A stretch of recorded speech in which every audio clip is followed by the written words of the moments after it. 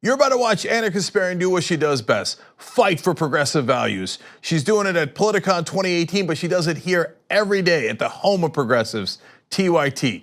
Join today by clicking the link in the description box below. The whole point of this conversation is to kind of do a deep dive and see how Senator De Leon differentiates himself with or from Dianne Feinstein. So without further ado, please give a big round of applause to California State Senator Kevin De Leon.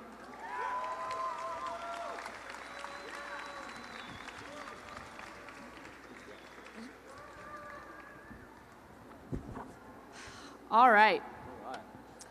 So I wanted to start this conversation off with your thoughts on why it's important to challenge a Democratic incumbent. You yourself identify as a Democrat, and oftentimes what we hear from establishment politicians and the establishment party is that you should not challenge the incumbent. If anything, that could split the vote. It could give someone from the other party an opportunity to get elected into office, and it could have some negative ramifications.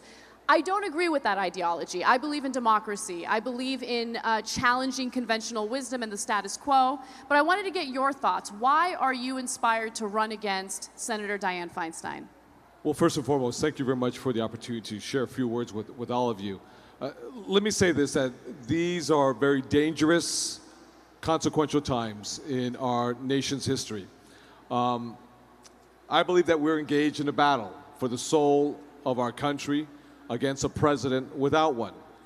And I believe that the status quo in Washington is either unwilling or incapable of fighting back. So therefore, I believe it's time that we stop biding our time and biting our tongue while this president unravels and undoes all of California's progress. Listen, I'm the youngest child of a single immigrant mother with a third-grade education. I'm not just a strong proponent, supporter of the California dream, but I'm a direct product of it. And thank you. And I'm not just running because of who I am, but I'm running because of what I strongly believe we need to do for California and for the nation. I think that we need a senator, regardless of political party and ideology and persuasion, whether you're progressive, whether you're moderate, whether you're conservative, wherever you are in the political spectrum. We need a senator that reflects our values, that's willing to step up, speak out, and fight for you every single day. So those are my values and what I believe in strongly. So I want to get into some specifics, yes, because there is still a bit of division within the Democratic Party, especially in terms of how we present ourselves and how we resist policies from the right that we disagree with. Now, on one hand, you have someone like Senator Feinstein, who has been in office for decades. And there is some question as to whether or not she and other establishment Democrats are fighting hard enough. Now, what makes you different from Senator Feinstein? Why do you believe that you represent something other than the status quo? Well, let me say this, that I made a decision, and it was very controversial, even among Democrats, especially Democrats in Washington, that on November 9th, the day after the election from 2016, when Donald J. Trump was elected president of the United States through an antiquated system we have called the Electoral College, this Alexander Hamiltonian concept that makes no sense based on the diversity of this great country. I made a decision that I was going to resist and help lead the state to resistance, because you had a president during the course of the presidential primary, when I saw the way he treated other fellow Republicans, the way he denigrated them, the way he humiliated them, even their family members, I made a mental note to myself, and I said, if he treats fellow Republicans this way, how do you think he's going to treat Democrats? How do you think he's going to treat members of the LGBTQIA, Muslim communities, African-American communities, immigrant communities, the most vulnerable among us, the most marginalized? So I made a decision that I was going to help resist, anything that this man attempts to do to impact our economic prosperity. It's the fifth largest economy in the world, our progressive values, as well as our people. Unfortunately, I was not wrong. He's come after our immigrant families, detaining, deporting dreamers and hardworking mothers and fathers. He's tried to unravel our clean air policies, our climate change policies. He's right now destroying the ACA, the Affordable Care Act, as we know it today. He's unraveling all of our policies from California that improve the human condition for all individuals. So that's why I made a decision to resist. And lastly, to your question, to your point, when the incumbent senator said last year at the San Francisco Commonwealth Club that we needed to be patient, that perhaps if we were patient enough that Donald J. Trump could be a good president. And be mindful, this is after the Muslim ban. This is after pulling out of the Paris Accords, our climate change. This is after unleashing ICE agents to terrorize mothers and fathers and children. And this was 3 weeks after Charlottesville, Virginia. So when she made that comment, that just demonstrated once again that she was, regardless of political party and what we share, that her values were out of touch and she was disconnected to what was happening to our community members up and down the state of California.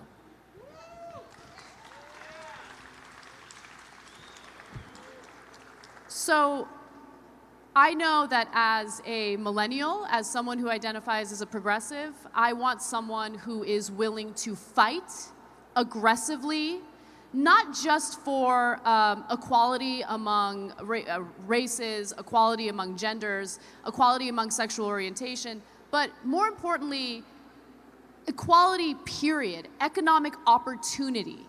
And what we're seeing right now is fake economic opportunity wrapped up in massive tax cuts for the rich.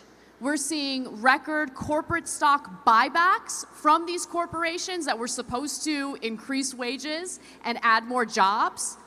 And so this is an issue that's been driving me crazy because Republicans have framed the conversation around the economy is doing really well, but you dig deeper and you see that the economy is not doing well. Wages remain stagnant. They have not kept up with inflation. Stocks are certainly artificially inflated by corporate stock buybacks. We have a massive bubble that's ready to burst. And so how will you reframe the conversation and actually address the economic issues that the middle class and the working class in America are currently dealing with? Let me suggest, you should run for office too, Anna. Thank you. I wouldn't do that to my family, but thank you. I don't know where Christian is. I know Christian would get upset, but you should think about running for office because I like your values and I like the fight. It's not just about sharing, the same values. It's about having that fight from within inside and those leadership abilities and skills. It doesn't make a difference how many years you've been in political power. As long as you have that fight to do what's right, to improve the human condition for all individuals, regardless of who you are, regardless of where you come from, regardless of the hue of your skin, regardless of your legal status, regardless of who you love, regardless of which God you pray to. Now, California is the 5th largest economy in the world. There are only 4 economies larger than California. That is the United States of America in the aggregate. It is China, it is Japan, and it is Germany. So California, our golden state, is number 5. And if you're remotely interested in rounding out the top 10, we have the United Kingdom, we have France, we have India, Italy. And that number 10 is Vladimir Putin's Russia. So California's economy is larger than that of Vladimir Putin's Russia, to put this in context. But to get to your point, Anna, although we're the 5th largest economy in the world, this economy has not worked for millions of Californians. So although our unemployment rate may be low, relatively speaking, to past years, we have a lot of folks who are working 2, 3, 4 jobs. A lot of part-time jobs. Some folks are working full-time jobs, but they're working at that cutoff point where the employer doesn't let them actually benefit from the benefits themselves, health care, retirement security. They're slightly under full-time status. How many Uber drivers do we have here? How many Lyft drivers do we have here? How many folks in the service economy? So get to your point, this economy is not working for everybody. So listen, it's not about just any politician, whether you're on the left or the right, coming up here and saying, hey, it's about jobs. Okay, I get it. It is about jobs. How are you going to create the conditions, the economic conditions, to lift people out of poverty for those who are in the middle class, who are barely holding on to the middle class? How can they stay on a stable footing in the middle class? And those who aspire to be part of the middle class, how can we give them a ladder so they can climb up to the middle class? Listen, that's why I've been saying from day one that we need to move forward in the clean energy space. Convert these economic, or I should say environmental challenges into real economic opportunities in the clean energy space. Renewable energy, clean energy technologies, energy efficiency. In California, we have created 500,000 jobs in the clean energy space. That is 10 times more jobs in the clean energy space in California than there are coal mining jobs in all of America. That's a 10-to-1 ratio, to put this in context. So that's how we can get everyday Californians, and to me it doesn't make a difference who you voted for in 2016, Trump, Bernie Sanders, or Hillary Clinton. Everybody wants a high-wage paying job because ultimately it's about taking care of your family, putting a roof over your head, putting clothes on the back, and putting food on the table. So unless you move these policies with a sense of intentionality, with a sense of purpose, you convert them and make them into law, growing this economy is going to be very difficult. So I love that you brought up the issue of clean energy jobs versus coal jobs, because one of the things that Trump successfully ran on was the idea of increasing the number of coal mining jobs, and that has yet to come to fruition, and there's a very clear reason for that. It's because a lot of industries have moved away from using coal as the primary form of energy. And so, but people who worked in that sector, people who worked in coal mining jobs, do have a very legitimate concern. And that concern is, hey, I'm already a middle-aged individual who's been working in this industry, and the Democrats are coming to me in a condescending way telling me that I need more training to work in renewable energy. And for a long time, I had a very negative knee-jerk reaction to that very legitimate concern, but it is a legitimate concern. Because if I were middle-aged and I'm about to lose my job, I don't want someone coming to me and telling me, oh, you just need more training to move on and do something different and adapt to a changing economy. How do we help support those individuals and get them on our side? How do we convince them that, hey, this is a smart way to go, we want to help you, we want to support you? What's a better strategy to help support these individuals? You know, you make a very valuable point, because to me the issue of climate change is no longer scientific. We have enough Nobel Prize winners, we have enough scientific data to tell us if we don't do something quickly that our humanity, our way of life will be in peril. This issue is a political issue, ultimately, because it's people in positions of power who are making decisions or not making decisions on the impacts of the quality of our life because of both criteria pollutants, NOx, SOx, particulate matter, all that smog that our children breathe into their lungs, and carbon dioxide, greenhouse gas emissions, which is atmospheric. Listen, to me, if it takes putting Old Glory, red, white, and blue on top of a wind turbine or a solar array and making it patriotic, then so be it. You know, then let's do it. If you need to make it patriotic, because the biggest, and I don't care what politician, what talking head, which columnist you hear this weekend, left or right, on this stage or any other stage here today. Don't let them spin you in any way about this issue, because the biggest failure here have been, quite frankly, the politicians on both sides of the party who represent, whether it's West Virginia, whether it's Ohio, whether it's Kentucky, whether it is Pennsylvania. Getting to your point on the coal miner, and his father was a coal miner, and his father's father was a coal miner. So culturally, that's what they know. And they know that that salary, that paycheck, takes care of their family. So any threat that undermines their job is a threat to what they identify with most culturally, because it impacts them economically to take care of their families. Ultimately, if you're on the left or the right or points in between, doesn't make a difference. We have that primal instinct to protect and defend anything that threatens our family. So what has happened is that these politicians, knowing that coal consumption domestically is going down, that coal consumption internationally is going down, even though they're trying to push it hard with developing nations, you know, they know that they were more loyal to the coal miners, not the coal, you know, workers themselves. I'm sorry, they were loyal to the coal owners, not to the coal miners. And they never position working men and women to go into the clean energy space and say, hey, listen, our economy is about to implode if we don't position you. And I think on the left side, to your point, with regards to the condescension, the paternalism or maternalism, on both sides of the gender equation on this issue, that we should be coming in forcefully with policies that improve the human condition, that make it law, that says we have to convert. But the way you frame it is so important, you know, without a doubt.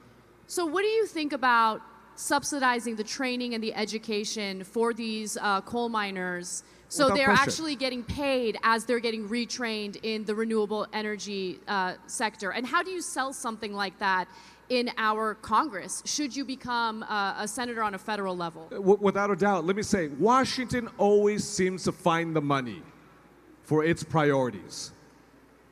The war in Iraq, the war in Afghanistan, GOP tax cuts. Washington always finds the money that it wants for its priorities. But Washington can never, ever, ever find the money to invest in its most critically important human asset, which is the American people.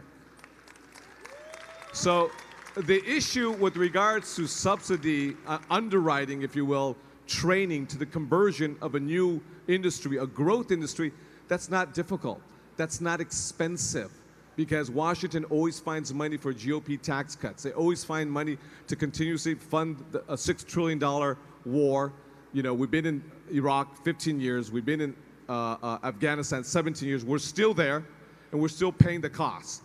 And it's disenfranchised an entire generation. So when they say, you know, Medicare for all is too expensive, when they say that debt-free college education, we just can't do it, that's Washington speak for no, no, no, no. We don't want to do that. We want to do this right here. They always seem to have the money for the private military contractors and the weapons manufacturers. They never have the money to actually take care of our troops when they come home with PTSD. We don't apparently have the money to provide health care for our citizens. The psychotherapeutic services that they need when they come back. Exactly. And all of these issues, regardless of what your political ideology is, if you are a middle-class American or a working-class American, if you're an average American, your party has abandoned you. Because we have been told time and time again that we don't have the resources to provide health care to Americans. But for some reason, we have the resources to provide foreign aid to countries that do provide universal health care for their citizens, which I find fascinating. But anyway, that's a whole other discussion. Check out the Medicare for All panel from yesterday if you can. A bit of cool irony. Yes. So one of the biggest issues is the fact that our politicians aren't working for us. They're working for their corporate interests. They're working for the individuals who fund their campaigns to the tune of millions of dollars in some cases. And it's because of Citizens United. It's because of the fact that corporations can give unlimited amounts of money to super PACs that support various politicians. And so my question to you, Senator De Leon, is what do you plan on doing about the issue of money in politics? I think we got to take money out of politics. You know, it's just that simple. I mean, we got to do everything within our power to overturn Citizens United at the Supreme Court level. No question about it. I believe in transparency. I believe that we have way too much money in the system. It influences. We know it does influence, you know. Public financing, I've always been a strong supporter. I've always voted for public financing each and every single time it's come up for a vote. You know, my good friend from Berkeley, then Senator Lonnie Hancock and others have always promoted it. Last year, I negotiated with, I don't know if you know him, Trent Lang, you know, the Disclose Act on the ballot initiatives. I negotiated that for him. Now on the ballot initiatives that you see, all the commercials, the top 3 donors, it doesn't make a difference if you're on the left or the right, unions or corporations or individual multi-billionaires. You have to be identified transparently, you know, where the money is coming from. But we got to take money out. One is we got to deal with the issue with Citizens United.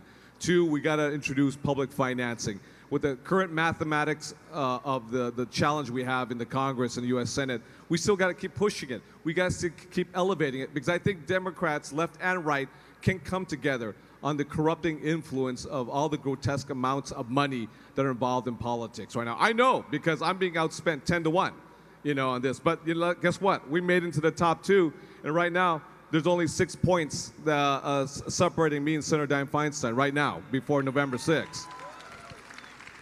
So just to be clear with everyone who's watching and listening, do you accept corporate PAC money? I don't. I don't accept corporate PAC money. I don't. Excellent. Okay, so I want to pivot to an issue that has a lot to do with the economy. It has a lot to do with what many Californians are facing, but many Americans are facing throughout the country, and that's the issue of affordable housing. So whenever we have discussions about the economy and how well it's doing, those conversations usually leave out the ballooning number of homeless people throughout the country, the ballooning number of homeless people here in California. It has skyrocketed because housing has become unattainable, unaffordable. If you are an individual making minimum wage but working full-time, you literally cannot afford a 2-bedroom apartment anywhere in the country. That was a recent study. What types of solutions would you propose to combat the issue of unaffordable housing here in the United States? Anna, can I say not just what I'm proposing, but what I'm doing actually right now in real time?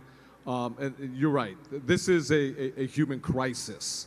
And I can tell you this, is that how many of us here, including on the stage, are 1 or 2 paychecks away from either living with family, with a friend, or even worse, living in a car or on the streets? 1 or 2 paychecks away. And we're all 1 medical emergency away from experiencing that. When we talk about that and an ER visit, so I know that I can tell you this vividly. I remember growing up, we were renters all our lives. We rented. And I remember that, hey guys, these are my friends over here, right there. And I remember some of them were flicking me off, so I just wanted to say hi to them right over there. Yeah. What I remember the landlord knocking on the door, and my mom saying, "Shh, cállense, no digan nada." She says, "Shh, be quiet, don't say a word." And the landlord was knocking and knocking and knocking. Carmen, Carmen. We didn't make the rents. We couldn't make the rents. And it was embarrassing. It was humiliating, truth be told. And my story is not unique because it's a story of so many working families. Listen, there's 2 initiatives before you on November 6th. I'm not the only one on the ballot, of course, but there's Proposition 1. Proposition 1 is $3 billion. We're going to leverage that with billions more for affordable housing in California, to build affordable housing in California. That's Proposition 1. It's not the panacea, right? It's not going to solve all of our ills, housing, but it's one huge step forward with billions of dollars that we can start building affordable housing. A shameless plug, if you don't mind, Anna. Prop 2. The reason why I say Prop 2, because I wrote Proposition 2. Proposition 2 is No Place Like Home. It is $2.2 billion for chronically homeless individuals who are mentally ill. Let's give them housing first solution. Housing first, because remember, the temporary housing and the policies at local government to let them live in the cars, that's a Band-Aid. The housing shelters, we got to build permanent housing solutions. That's $2.2 billion. I'm not raising taxes. I'm not property tax, sales tax, income tax. It's reprioritizing, the millionaire's tax, and I just take $2.2 billion. And we can build permanent housing first, housing solution first for homeless individuals in California. That's what we need to do, and we can do it here in California. We can do it. Props 1 and Props 2. Please vote for them. So how do we address the issue of the housing market and what's currently happening right now with the banks? Because these propositions might be great, but it touches on an issue in California specifically, right? And so what do we do on the national level? Because right now what we're seeing is the same type of predatory lending that the big banks engaged in prior to the economic collapse in 2008, that's happening now, and people aren't paying attention. So just to give you an example, the big banks were a little regulated under Dodd-Frank, but not really. The non-bank lenders, though, were not regulated under Dodd-Frank. So what we're seeing is a number of these non-bank lending agencies giving out mortgages to people who have horrible credit, who had just signed or who had just filed for bankruptcy.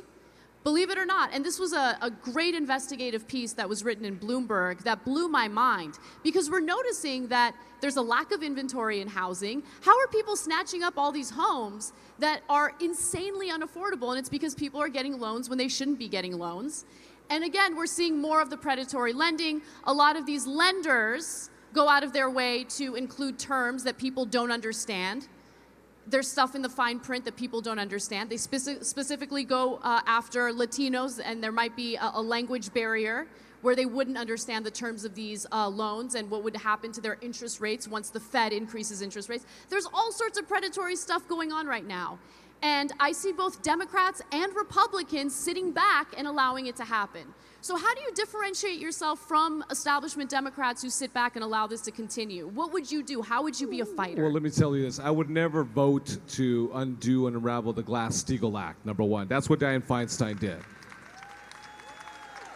So when we talked about credit default swaps, when we talked about derivatives that were packaged into hedge funds and blew up and brought this economy to a standstill, disproportionately impacted California because of the housing crisis in California.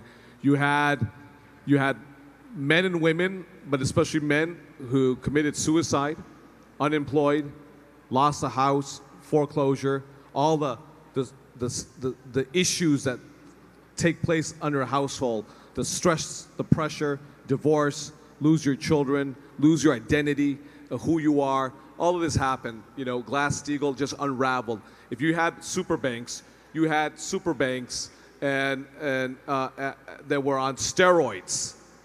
They were on steroids. Now, I believe that we should create a public bank, you know, strongly. Tomorrow I'm going to participate in a press conference for a public bank tomorrow. There is a measure here in the city of Los Angeles. It's Measure B. Thanks a lot. You know, on cue right there on the public bank. There's two issues here. One is giving credit to those whose FICO score may not be stellar, the quality of their paper, right? But I do believe in giving access to capital, even if you don't have a stellar FICO score, because a large problem has been lower middle class and working class people can't get access to these financial products. You can't get access to capital. Two is what you're saying, which is dead on accurate.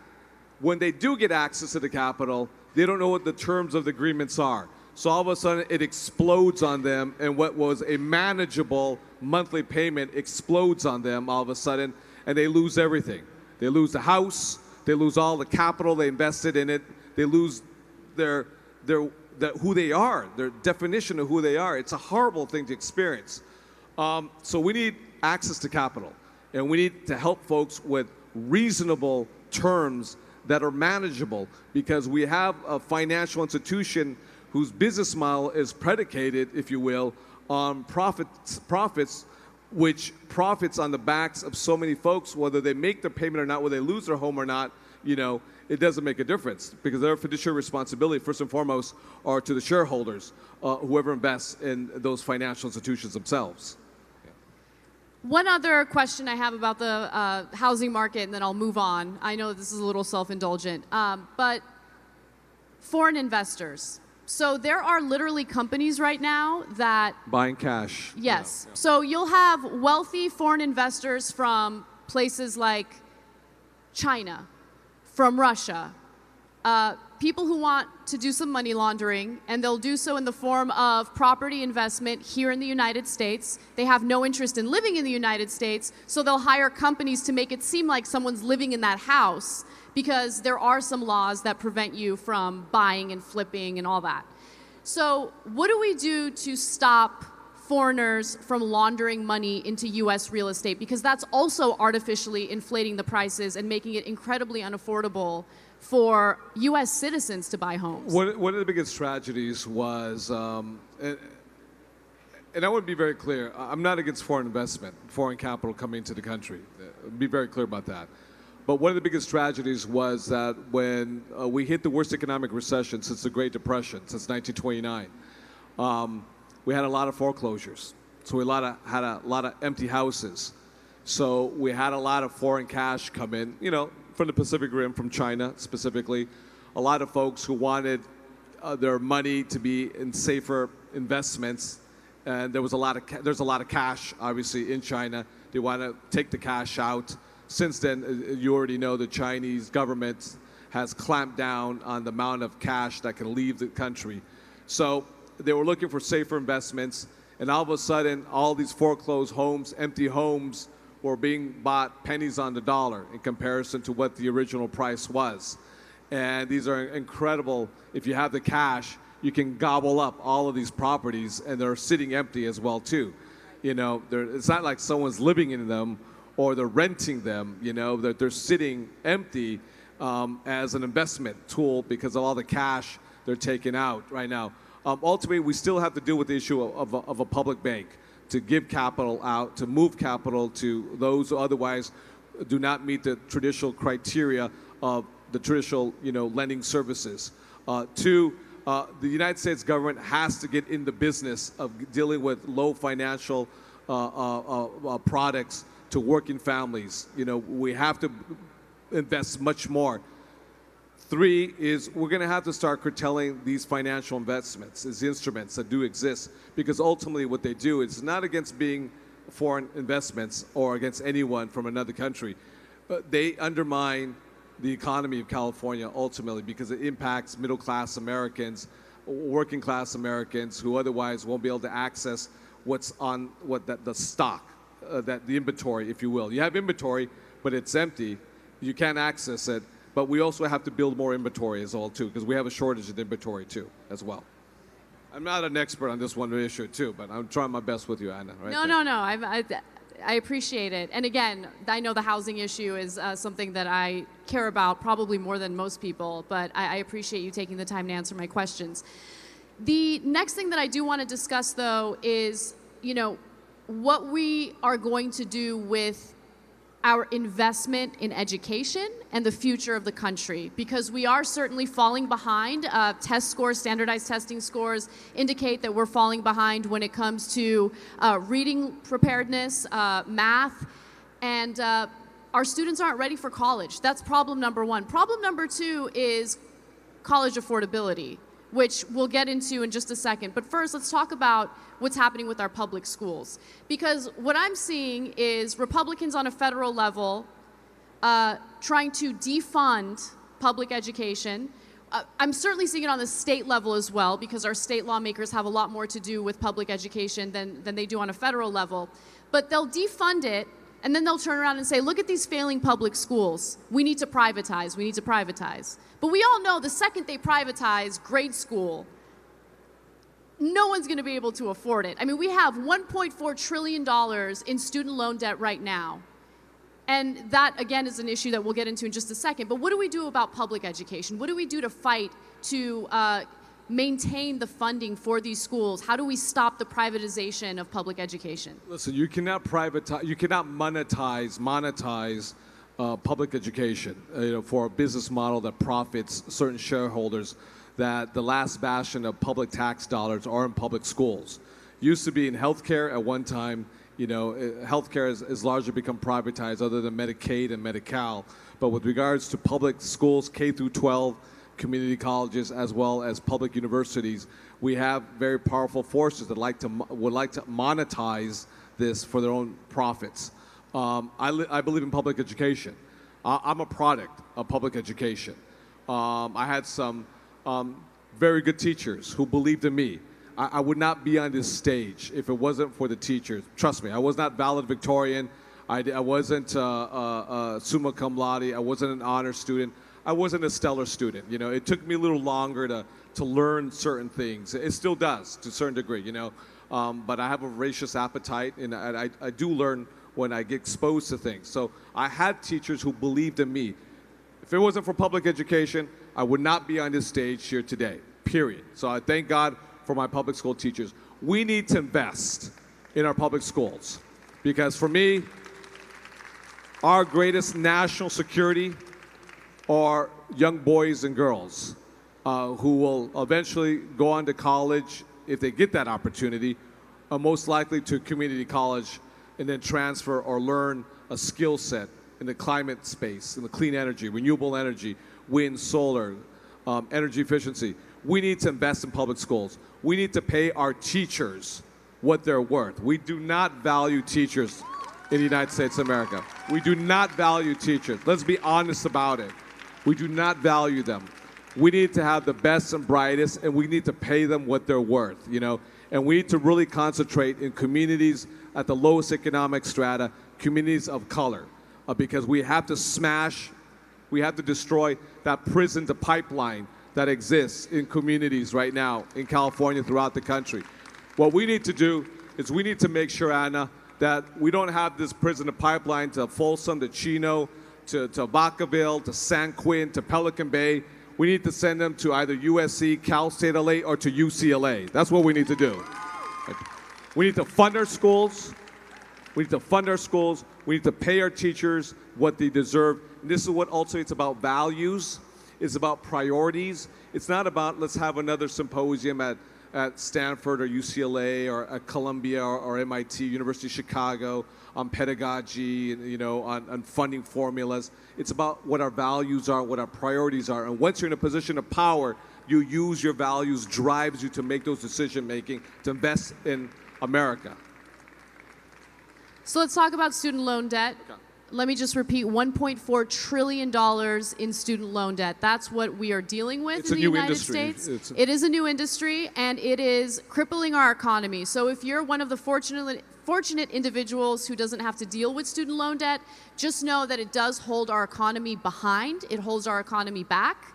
And it also discourages people from pursuing higher education. It creates a system where higher education is reserved for those who are already in positions of power, those who have the means to afford it. And that is a dangerous system to set up, and we're already there. And so what do we do? What do we do to combat the issue of student loan debt? Well, listen, I'm on the record, and I've campaigned up and down the state of California. I believe in debt-free college education. That's the bottom line. You know, it's about our values. How do we get there, though? It's about reprioritizing, you know. I always like it when folks, not you, Anna, but when the naysayers say, oh, we can't get there.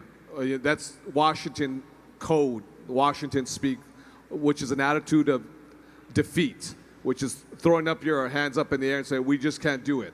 But like I said earlier, Washington always finds the money to fund their priorities. Wars, bombing other countries, but we cannot fund and invest in the best human capital that we have here, which are our students. You know, we have students who, if you're absolutely right. If you're, number one, if you're lucky enough to get into a four-year university, count yourself as the very lucky chosen ones. Two, if you're lucky enough to graduate, count yourself as a very lucky one. Because there's not a lot of folks who graduate in 4 years. A lot of students are graduating 5, 6, 7 years. Because you have to work a job, or 2, or 3. Because it's not just about very expensive tuition, very expensive books. It's about something called life, which is your roof, your rent, your food, your clothes. It is your gas pass or your gas card. It is your bus pass. And then if you, when you graduate, that debt that you're carrying, you're going to carry it easily into your 30s, into your 40s, and in 50s. So you're paying both principal as well as interest. And the point you make, we have a $1.3 trillion industry that's been created on the backs. The more they service your debt, the more the profit model grows. So why are we profiteering on education? Why are we forcing you to carry debt well into your 30s and 40s? You're paying both principal and interest, and then you couple that with the housing crisis. You can't buy a house. You got all this debt. You got all this FICO score issues here. It's a spiral. You're spiraling down. And that's not what America should be about. America should be inspirational. It should be hopeful. It should be providing real economic opportunities so you can grow and prosper and give your very best to the greatest country in the world. You're the greatest human capital asset that we have. It's all of you. That has what's made this country great. That is the true greatness of this country, which is all of you. Yeah. One more question on student loan debt, and I'm genuinely curious to hear your thoughts on this. You alluded to it a little bit, but federal student loans include interest, right? And so the interest rates keep going up for these loans. And one of the senators who has fought pretty aggressively to lower the interest rates on these federal student loans has been Elizabeth Warren, Senator Warren. And I'm curious to hear what you have to say about that, if you agree with that proposal, if you would fight to lower the interest rates. Because mind you, when it came to the Wall Street bailouts, those banks paid a lower interest rate to repay that money than our students do for their education. So that drives me insane. And I'm curious to see, A, do you agree with Senator Warren in lowering the interest rate? And B, how do we get there? How do we encourage other lawmakers to get behind this? The short answer is yes, I do. I do agree with Senator Warren without question. Number two, if I'm your voice, if I'm honored to have your support come November 6th, you know, I will work with Senator Elizabeth Warren, you know, regardless of what her aspirations may be, whether she's going to be president in Washington, D.C. or you know, in other parts of the country. I will work with her, or I'll carry the ball. You know, if she's going to be busy doing her thing, you know, I'll carry the ball. You know, I will reach out to my Republican colleagues. There's no doubt about it. I have to, mathematically, unless we're taking that House back, as well as the U.S. Senate, you have no other choice but to engage them. Don't reach out too much, though. I won't reach out. Because they're not willing to work with us. I don't think we should be willing to concede for them. I hear you. That's just that's my take. I'm tired of the let's work together while they're punching us in the face over and over again. That That's I agree. my take. Yeah. That I agree. 100%. I'd be willing to reach across the aisle and work with them once they show that they're actually genuine in working with us when they're in a position of power, and they have not showed that at all. That's true. So sorry. No. I agree. No. I put 3, 4, 5 explanation points. That's why I've always argued that we cannot be on the sidelines. We have to be on the front lines. And even if we're in the minority, mathematically, you cannot succumb to a mentality of defeat. That we can still exercise power, even if we don't have that raw political power in Washington, D.C. Because I tell you what, it doesn't stop the Republicans at all whatsoever.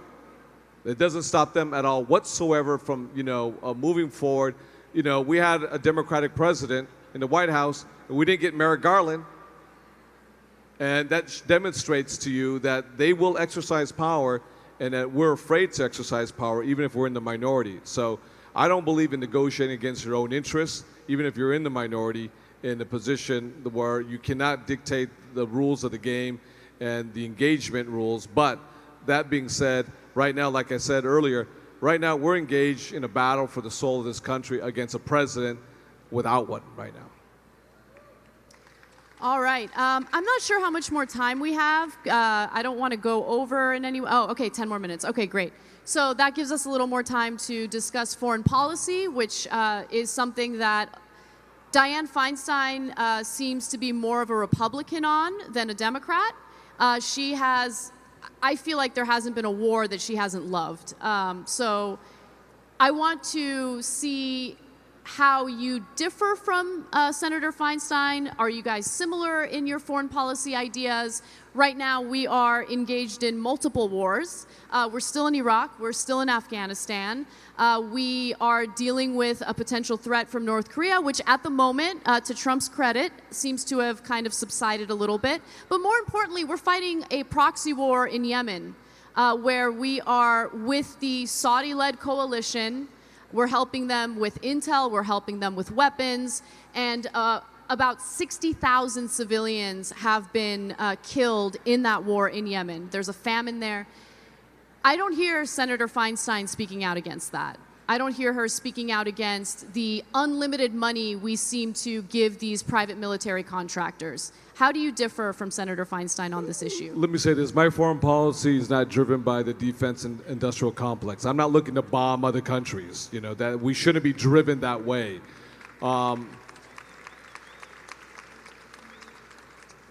When you vote for war, the consequences are real. We're talking about American lives, we're talking about other lives, and we're talking about American taxpayer dollars, because we have mothers and fathers who will never see their children again. We have mothers and daughters who will never, ever see their mothers and fathers again. We have been in Afghanistan and Iraq for 17 years and 15 years, respectively. That region has not been safer. It is not more stable. It is more unstable than it was before. Washington made a decision to send our men and women into those wars without a plan to get them out. And I think that's highly irresponsible of this American government, regardless of Democrat or Republican. We have spent to date not one, not two, not three, four, not five, but $6 trillion on 2 wars that have made us less safe and more unstable. $6 trillion we should have spent on Medicare for all, debt-free college education, clean energy, finding a cure for Parkinson's, for Alzheimer's, for ovarian cancer, for breast cancer, investing in Americans. That's where we should have spent our money. That's why our values and priorities are upside down, and those who hold positions of power make consequential decisions that impact all of us. And the issue with regards to Yemen, we need to get out of the business of selling weapons to the Saudis. We should get out of the business of selling weapons to the Saudis.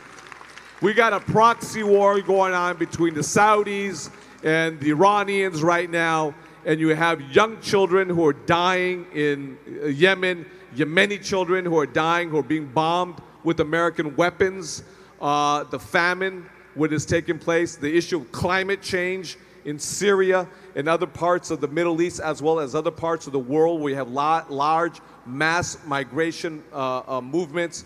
You have folks going into Italy, you're going into France, into Spain. You have the rise of fascism happening in parts of Europe right now, this anti-immigrant animus, the neo-Nazis, you know, rebirth and resurgence, not just in America, but obviously in parts of Europe and elsewhere.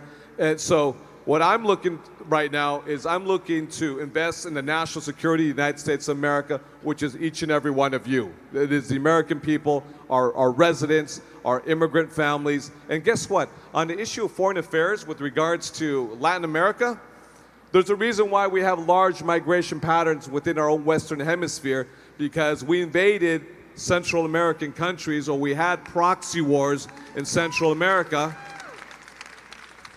And whether you're Salvadorian, whether you're Guatemalan, whether you're Nicaraguense, you know, whatever you're from, whichever country you're from, we've had these proxy wars because we never built or helped build strong democratic institutions, judicial, executive, legislative, where people have no desire perhaps to be a tourist to come to America, but why would they want to come here? Remember when Trump made the comment with regards to that we need more Norwegians in the United States of America?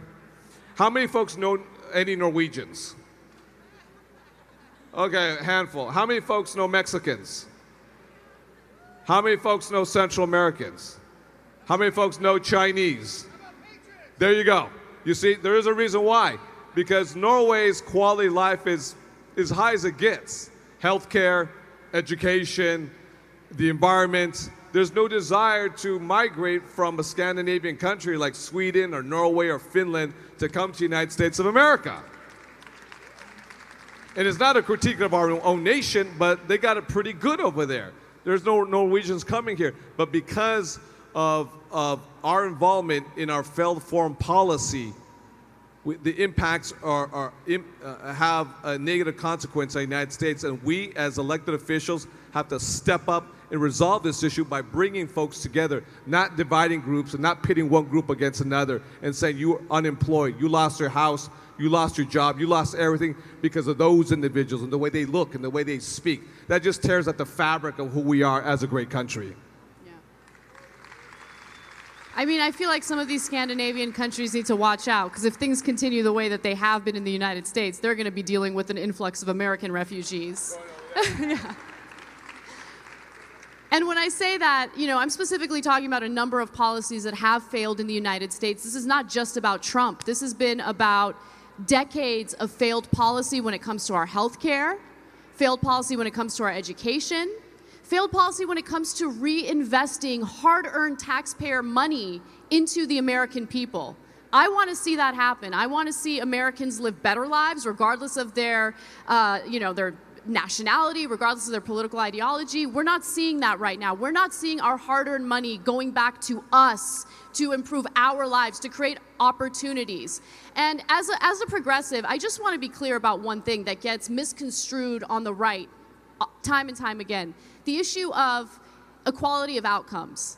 No one's asking for an equality of outcome. We're asking for an equality of opportunity, something that's been snatched away from us as American people of all backgrounds. Yep.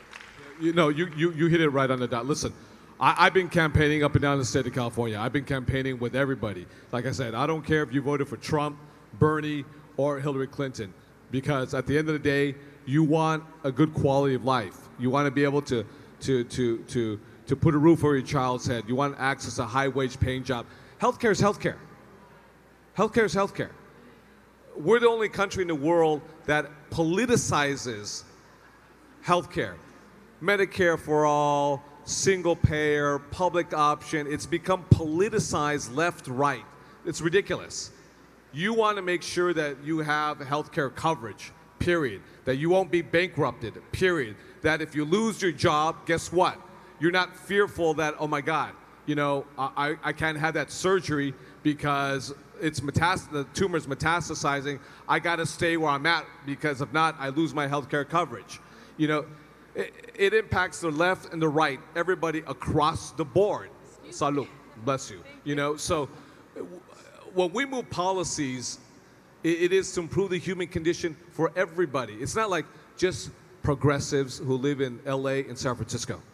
And they're the only ones who are going to benefit. That's ridiculous, and we know that. Yep. We want to help folks, and guess what? The policies that we believe in actually impact more folks who actually in some ways voted for Donald Trump, who live in areas where there's high poverty, there's high unemployment, there is low educational attainment rates, there's air quality issues, healthcare issues, obesity issues, type 2 diabetes issues. The policies that we move will impact in a very positive way the human condition for Trump supporters as well too. And that's why I think that our message is the right message. So I know you really want to ask a question. We're not taking questions. We got to wrap up this discussion, but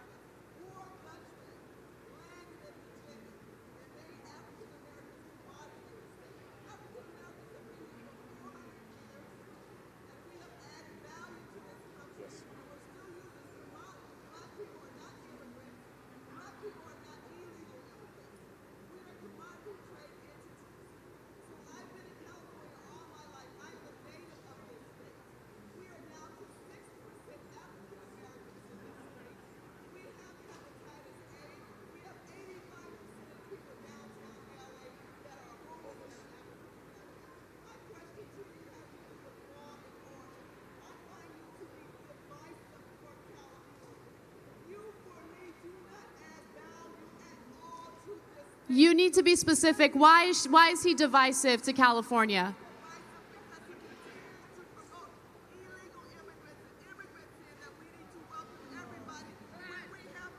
Okay, so her concern has everything to do with immigration policy. Okay.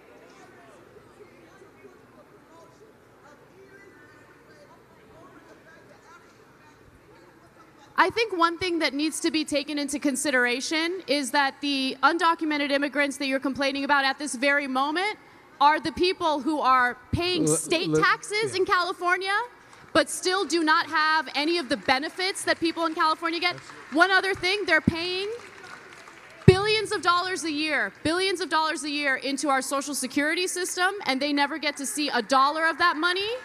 So before you guys start talking about how the undocumented immigrants are the real problem, think about how they would negatively impact our economy, especially in California, if we're supposed to deport all of them and shut our borders and not allow anyone in. I think that we really underestimate how much undocumented immigrants actually provide our economy and our country. So, and in terms of the African American community, we need better opportunities for them. Yes, we need better opportunities for them. And if you think the Trump administration and all these guys walking around with their red hats are looking out for you, you're wrong. You're wrong. They don't care about you, they never have, and they never will. Thank you so much for this discussion. Senator Kevin DeLeon, Thank you very much for a appreciate lively it. discussion. I appreciate it. Thank you very much, everybody. Thank you. You.